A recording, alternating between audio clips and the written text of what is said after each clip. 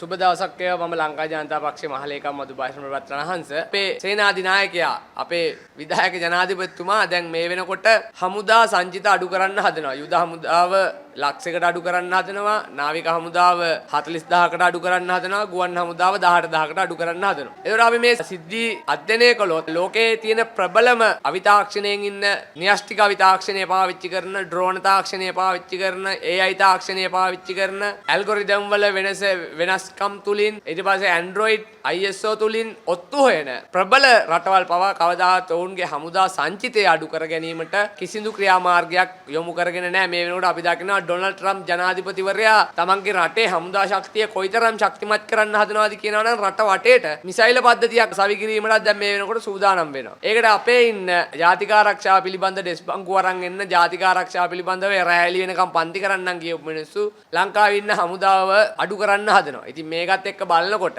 මේ කොච්චර අඥාන තීරණයක්ද කියන එක මේක පිළිබඳව ඕනම බූරුවෙකුට තේරෙනවා මේක කොච්චර මෝඩ තීරණයක්ද කියලා. තාක්ෂණයෙන් දියුණු කරනවා නම් ඒ වගේම සංචිතමය වශයෙන් වැඩි කළ යුතුයි හමුදාව. උදාහරණයක් ඇටියට චීනය, රුසියාව, ඇමරිකාව, එංගලන්තය වගේ රටවල් වල කවදාකවත් හමුදා සංචිත අඩු කරන්නේ නැහැ. උදාහරණයක් ඇටියට මෙහෙම ගන්නම්කො දැන් මම දන්න හැටියට ලංකාවේ නාවික හමුදාවේ නැව් 60කට ආසන්න ප්‍රමාණයක් තියෙනවා. වේග ප්‍රහාරක යාත්‍රා, ඒ වගේ ඩෝරා යාත්‍රා වගේ යාත්‍රාත් ඇතුළුව තව විශාල ප්‍රමාණයක් තියෙනවා. ඒවත් එක්ක මේ ලංකාවේ මුහුදු සීමාව උල්ලංඝනය කරලා ඉන්දියාවේ දීවරයන් විසින් බොටම් ටෝලර් කරනවා. එතකොට මේ බොටම් ටෝලර් කරන දීවරයන් විසින් මේ මුහුදු සීමාව උල්ලංඝනය කරලා මුහුදු කලාපය උල්ලංඝනය කිරීම පිළිබඳව හරියට මේක ආරක්ෂා කරගන්නවත් මේ අපේ ඉන්න හමුදා සංචිත මදි.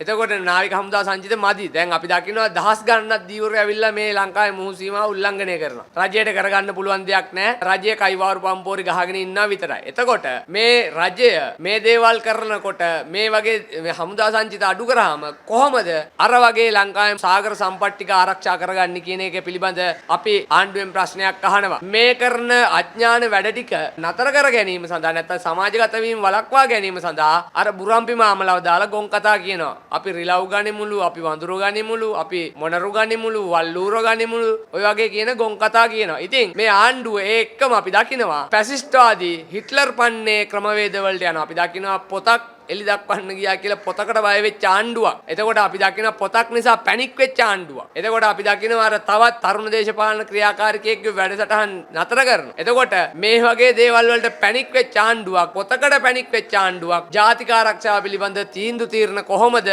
සබුද්ධිකව ගන්නෙ, කොන්ද කෙලින් තියන් ගන්නෙ, පැනික් නොවි ගන්න කියන එක ගැන අපිට ප්‍රශ්නයක් මතුවෙනවා. මේ රටේ 2,50,00,000ක ආරක්ෂාව තහවුරු කරන්නේ කොහොමද කියන එක ගැන අපිට ප්‍රශ්නයක් මතුවෙනවා. විශේෂයෙන්ම මේ ආණ්ඩුවට අපි කියනවා මේ ආණ්ඩුවේ මර්ධනකාරී වැඩපිළිවෙළවල් වලට ඇවිල්ලා මේ රටේ ඉන්න ජනතාවගේ ජනමතය මර්ධනය කරන්න සූදානම් වෙන්න එපා. අපි බලය ගත්තේ දෙන්න නෙවෙයි කී තැන් වල වේදිකාවල කී ගිහිල්ලා ජනතාව බය කරන්න හදන්න එපා. විශේෂයෙන්ම අපි මේ ආණ්ඩුවට කියනවා මේ ආණ්ඩුවේ කරන මේ ෆැසිස්ට්වාදී ඒකාධිපති වියරුවට එරෙහිව අපි ජනතාව පෙළගස්සනවා. ජනතාව පාරට බහිනවා. මොකද මේ රටේ ජනතාව ඉන්නේ බත් කනකොට කතරින්න විතරක් නෙවෙයි. මේ රටේ ජනතාව ඉන්නේ මේ රටේ ප්‍රගමණය වෙනුවෙන්, මේ රටේ ජාතික ආරක්ෂාව වෙනුවෙන්, මේ රටේ අභිවෘද්ධිය වෙනුවෙන් සටන් කරන්න.